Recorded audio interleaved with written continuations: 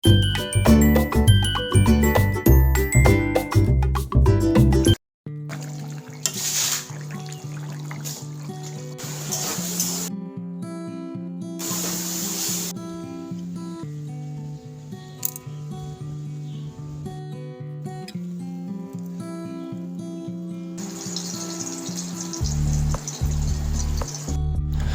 Morning everyone, welcome back to my channel. সকলে কেমন আছো? আশা করছি ভীষণ ভালো আছো, আর আমিও ভীষণ ভালো আছি। এখন ঘড়িতে বাজে সকাল 7টা, আর আজ দিনটা হলো মঙ্গলবার। তো চলো ভিডিওটা এখান থেকে আজ শুরু করলাম। আর আজকে সকালে ঘুম থেকে উঠেছি 7টার সময়, আর সকালের সমস্ত কাজ আমার সারা হয়ে গিয়েছে। আর হাজব্যান্ডও খেয়ে কাজে চলে গিয়েছে, ছেলেরও খাওয়া দাওয়া হয়ে গেছে, ঘরে টিভি দেখছে। আর আমার এই যে কিছু জামা কাপড় ছিল সেগুলো ধুয়ে দিলাম। আর মেঘ করে আছে ঠিকই, কিন্তু আমি তাও মেলে দিলাম।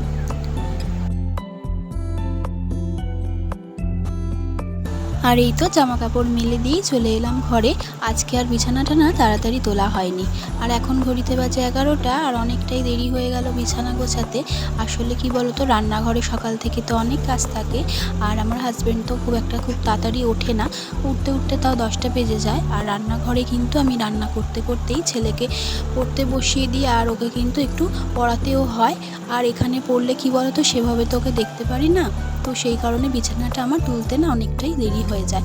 আর আজকে ভাবলাম যে বিছানার চাদরটা তুলে ফেলবো, বেশ অনেকটাই ময়লা হয়ে গিয়েছে দেখছি, কিন্তু কি করব বলো তো, আজকে অনেকটা বেলা হয়ে গেছে, সেই কারণে আজ আর তুলছি না, তো কালকে তুলবো। আর যেহেতু বেলা হয়ে গিয়েছে, কাচলে সেভাবে কিন্তু শুকাবেও না। তোমাদের সাথে গল্প করতে করতে আমার বিছানাটা তোলা হয়েও গেল। আর এখন কিন্তু প্রায় 11টা 15 বাজে, তো চলো ভাতটা বসিয়ে দিই। আর এখন কয়েকদিন ধরে না আমরা টিফিনে ভাত খাচ্ছি না, আমরা হয়তো রুটি খাচ্ছি, কখনো সুজি, কখনো একটু চাউমিন বানিয়ে নিই। ভাতটা এখন আর সকালে খাওয়া হয় না, তো সে কারণে একটু ধীরে সুস্থেই বসালাম। অসুবিধা নেই, আস্তে আস্তে হতে থাকবে। আর বর্ষার উনুন তো কী বলো তো, একদম ভিজে থাকে, জ্বলতে চায় না। আর এই যে দেখো, মাটি দিয়ে মা এই সামনেটা একটা আল করে দিয়েছে। আসলে জল পড়ে তো রান্নাঘরে, আর গড়িয়ে সেই জলটা উনুনের মধ্যে চলে গেলে না একদম জ্বলতে চায় না, আর রান্না করতে ভীষণ অসুবিধা হয়। রান্নাঘরের এই সাইডটা খুব জল পড়ে, এই যে দেখো তোমরা, জায়গাটা ভীষণ জল পড়ে, তো সেই কারণেই সেই জলটা গড়িয়ে উনুনের মধ্যে ঢুকে যায়। আর তখন একদম উনুনের নিচটা ভিজে থাকে, তো সেই দিন তো জ্বলেই না, এবং পরের দিনও জ্বলতে চায় না।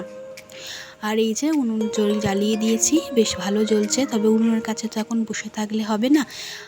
চলো এখন আনাজপাতিগুলো কেটে নিই, আর ভাত এই যে দেখো ফুটে এসছে, তো চলো এখন ঘরে যাই।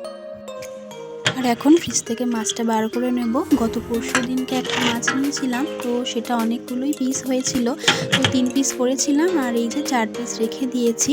আর সেটা আজকে ভাবলাম করে নিই, কারণ বেশি দিন রাখলে তার তো আর কেমন স্বাদ থাকে না। তো সকালেই ভেবেছিলাম বার করব, কিন্তু কাজের মধ্যে না একদম ভুলে গিয়েছি। আর সকালে টিফিনের বাসনগুলো এই যে পড়ে রয়েছে, সেগুলোও ধুয়ে নিই, কারণ রান্না বান্না করতে থাকলে একে একে বাসন পড়তে থাকে, আর তখন না বেসিনটা একেবারে জমে যায়, আর তখন আমার খুবই অসুবিধা হয়, যেহেতু বেসিনটা ছোট। তো চলো বাসনগুলো মেজে নিই, আর তোমাদের সঙ্গে একটু গল্প করি।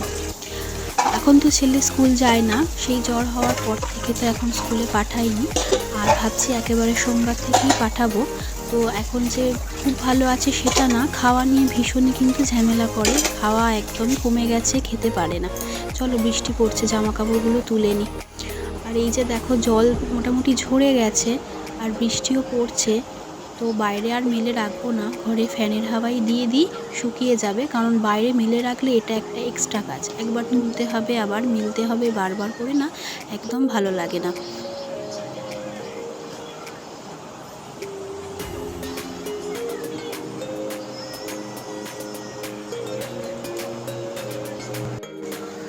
আর এখন জামা কাপড়গুলো না রান্নাঘরের মধ্যেই মেলে রাখবো, ঘরেতে এখন দেবো না, কারণ মোটামুটি ভালোই ভিজে আছে। আর ছেলে যেহেতু সবে জ্বর থেকে উঠেছে, সে কারণে ঘরে তো মেলা যাবে না, সেই রাতের দিকে মেলে দেবো, তখন অনেকটাই কিন্তু শুকনো হয়ে আসবে, ততক্ষণেই রান্নাঘরেই মেলা থাকবে। আর এখন বন্ধুরা চলে এলাম রান্নাঘরে, আর ভাতটা একবার দেখে নেব কী অবস্থায় আছে। আমার মনে হচ্ছে ভাতটা হয়েই গেছে, নামিয়ে ফেলতে হবে, বেশিক্ষণ রাখা যাবে না, তো দেখে নি, দাঁড়াও। হ্যাঁ, আমার ভাতটা হয়ে গেছে, তো চলো এখন নামিয়ে ফেলি। আর কি বলো তো, ভাত গলে গেলে না খুব সমস্যা হয়ে যায়। আমি আমার হাজবেন্ড দুজনেই খেয়ে নিই, কোনো অসুবিধা হয় না। তবে আমার ছেলে তো একেবারেই গলা ভাত খেতে পারে না, তো সেই কারণে ভাত করার সময় আমি খুবই কেয়ারফুলিভাবে ভাত করি। চলো ফ্যানটা ঝাড়িয়ে নিই। আর এই যে দেখো আমার হাতে কী রকম ভাব উঠছে, বেশ হাতে গরম লাগছে জানো তো, তো সেই কারণে আমি এই যে বারবার ফু দিচ্ছি। আমি কিন্তু ভয়েস দেওয়ার সময় এই জিনিসটা লক্ষ্য করলাম। আর হ্যাঁ গো, হাতে না ভীষণ ভাব ওঠে। আর এই যে বন্ধুরা, এখন আমি চলে এলাম বাগানে। আর বাগানে এসেছি কেন বলো তো, আজকে একটু চচ্চড়ি করব ভাবলাম করলা দিয়ে। তো ভাবলাম যে বেগুন আছে কিনা তাই দেখে আসি। আর এই যে দেখো আমার বেগুন গাছগুলো কত সুন্দরভাবে হয়েছে। এই যে দেখো বেগুন হয়েও আছে এবং গাছ ভর্তি ফুল হয়েছে জানো তো। যখন গাছগুলো ছোট ছিল তোমাদেরকে দেখিয়েছিলাম। তোমরা যারা আমার পুরনো বন্ধু আছো, প্রথম থেকেই আমার ব্লগগুলো দেখো, তারা কিন্তু সকলেই জানো যে এই গাছগুলো কত ছোট ছিল। আর এই যে দেখো এখন গাছগুলো বেশ বড় হয়ে গিয়েছে এবং গাছ ভর্তি কিন্তু ফুল এসছে এবং ছোট ছোট বেগুনও ধরেছে, তোমরা দেখতেই পাচ্ছ। আর এই যে দেখো এই যে সারি বরাবর এই পুরো সারিটাই কিন্তু বেগুন গাছ লাগানো হয়েছে। আর প্রত্যেকটা গাছকে কিন্তু আমি বাঁচাতে পেরেছি এবং গাছগুলোয় ফুল ভর্তি হয়ে গেছে। তো চলো এখন বেগুন তুলে নিই। তো মোটামুটি দেখতে পাচ্ছি যে কয়েকটা হয়েছে আর ছোট ছোটও কিছু হয়ে আছে, তবে ছোটগুলো এখনই তুলবো না, সেগুলো রেখে দেবো, আরও 2-1 দিন পর এসে নিয়ে যাব, কারণ সেগুলো না এখনও পরিপক্ক হয়নি।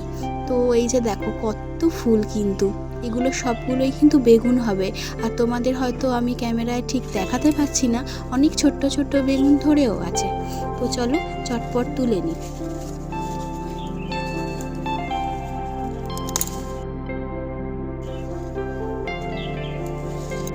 আর জানো তো বন্ধুরা, গরমে কিন্তু গাছগুলো খুব একটা বড় হতে চাইছিল না, কিন্তু গাছগুলো বর্ষার জল পেয়ে না একদম তরতরিয়েই বেড়ে উঠেছে এবং ফল এবং ফুলে একেবারে ভরে গিয়েছে। চলো বন্ধুরা, এই তো বেগুন নিয়ে নিয়েছি, আজকের এই যে 3টে হয়েছে।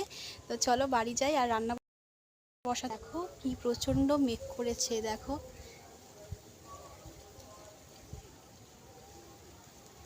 তো প্রচণ্ড মেঘ করেছে। তো চলো বাড়ি চলে যাই। আর 1 ফোঁটা 2 ফোঁটা বৃষ্টি পড়া শুরুও হয়ে গিয়েছে। আর এই যে বন্ধুরা, বাগান থেকে ফিরে এসে কিন্তু তরকারি বসিয়েও দিয়েছি, আর অনেকটাই বেলা হয়ে গেছে। আর এই যে দেখো আমি কিন্তু সমস্ত গুছিয়েই নিয়েছি। এদিকে এই যে কেটে নিয়েছি করলা, আলু, পটল, আর ওই যে বাগান থেকে নিয়ে এসেছিলাম বেগুন। আর আজকে করব মাছের ঝোল, সেই কারণে আমি ঝিঙে আর আলু দুটোই কেটে গুছিয়ে রেখে দিয়েছি। আর চলো তরকারি বসিয়ে দিই। আর এইদিকে কিন্তু বৃষ্টিও শুরু হয়ে গিয়েছে ভীষণভাবে। আর ভাগ্যিস আমি আগে চলে এসেছিলাম, না হলে কিন্তু একেবারে ভিজে যেতাম। তো বাইরে বৃষ্টি হচ্ছে আর ছেলে কিন্তু ঘরে টিভি দেখছে, আর আমি কিন্তু রান্নাঘরে রয়েছি। আর কি বলো তো, রান্নাঘরের আমাদের দরজার সামনেটা না যেহেতু পূর্ব দিকে মুখ, আর সেভাবে কিন্তু ওখানে সেট করা নেই। তো এই যে দেখো কি পরিমাণে জল চলে আসে ঝাপটার সাথে, দরজা খুলে রাখা যায় না, সে কারণে দরজা বন্ধ করে দিতে হয়। আর পাপোশ সরিয়ে নিয়েছি, না হলে তো ভিজে যাবে। তো চলো দরজাটা বন্ধ করে দিই, না হলে একদম মেঝেটা পুরো ভিজে যায়।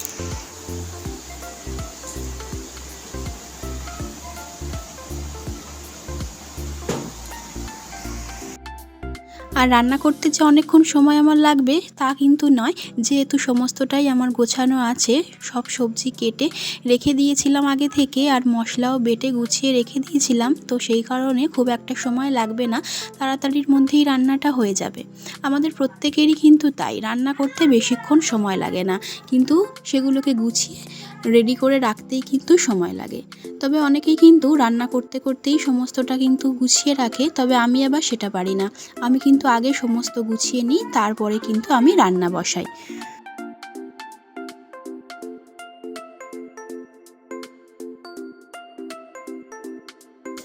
আর এই যে বন্ধুরা, অবশেষে চচ্চড়িটা আমি করে ফেলেছি, এটা হয়ে গেছে। এবার এখন মাছের ঝোলটা বসিয়ে দেব। আর এখন কিন্তু ছেলে স্নানও হয়ে গিয়েছে, এরই মধ্যে কিন্তু আমি ওকে স্নানটাও করিয়ে দিয়েছি। এখন স্নান করতে গেলে না ভীষণই জল মাখে, দুষ্টুমি করে, সেই কারণে ওকে এখন একা ছাড়া যায় না।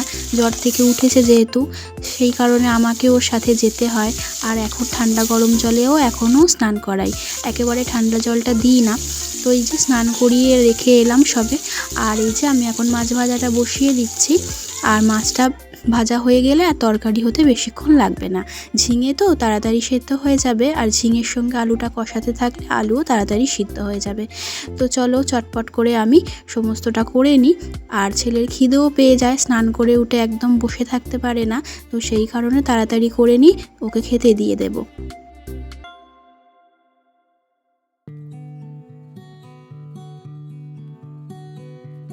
আর এই যে বন্ধুরা, মাছের ঝোলের মশলা বলতে আজকের এই যে একটু আদা, জিরে, কাঁচা লঙ্কা আর একটু এই যে হলুদ অ্যাড করে নিয়েছি, এই দিয়েছি। আর টমেটো কিন্তু দিতে পারিনি, টমেটোর যে পরিমাণে দাম সে কারণে টমেটো তো এখন আমাদের বাড়িতে আনা হচ্ছে না, টমেটো ছাড়াই সব তরকারি খেতে হচ্ছে। আর মাছটা এখন দিয়ে দেবো ঝোলের মধ্যে, আর ফুটে উঠলেই কিন্তু মাছের ঝোলটা হয়ে যাবে। তো চলো এখন এটা একটু ঢাকা দিয়ে রেখে দেবো। আর ছেলের জন্য ভাতটা ওদিকে বেড়ে নিই, ভাতটা যেহেতু গরম, ঠান্ডা করতেও সময় লাগবে। আর খিদের মুখে তো গরম ভাত, সে কারণে তাড়াহুড়ো করে খেতে চাইবে, সে কারণে ভাতটা আগে চলো বেড়ে নিই। আর এই যে ছেলের জন্য ভাতটা বেড়ে নিয়েছি, এই যে আমার উচ্ছে চচ্চড়ি আর এইদিকে মাছের ঝোল দুটোই হয়ে গিয়েছে। আর ওকে খাইয়ে নেবো এবং আমিও খেয়ে নেবো। তোমাদের সঙ্গে আবার বিকেলে দেখা হচ্ছে। বলতে আগে বানিয়ে দিবি, আগে বানিয়ে দিবি না, কালকে যাও। আর এই যে বন্ধুরা, এখন বাজে বিকেল 5টা, আর এখন ছেলে চলে যাচ্ছে পড়তে। আজ ওর বাবা যেহেতু বাড়ি নেই, সে কারণে আজকে কাকার সাথেই পড়তে যাচ্ছে। তো কাকাই আনতে যাবে সন্ধ্যাবেলা। তো চলো তোমাদের সঙ্গে আমার আবার পরে দেখা হচ্ছে।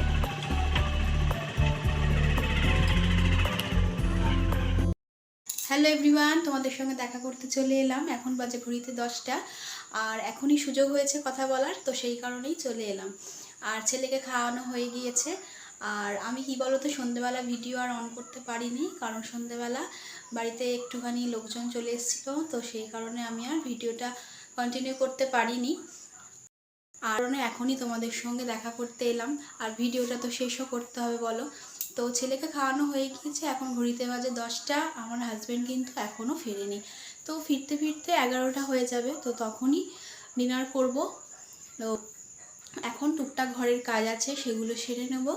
তো ভাবলাম তোমাদের সঙ্গে একটু দেখা করি, কথা বলি। দেখো আমারও তো ইচ্ছা হয় যে তোমাদের সামনে আসি, তোমাদের সঙ্গে কথা বলি। তো আমার ভিডিও কেমন লাগছে তোমরা প্লিজ আমাকে কমেন্টে জানাও। আর যদি ভালো লাগে প্লিজ একটা লাইক করে দিও, আর চ্যানেলটাকে সাবস্ক্রাইব করে দিও যারা আমার নতুন বন্ধু আছো। তো ভিডিওটা বেশি বড় আজকে আর করছি না, তো আজকে এখানেই বিদায় নিচ্ছি বন্ধুরা। টাটা, গুড নাইট, সকলে ভালো থেকো।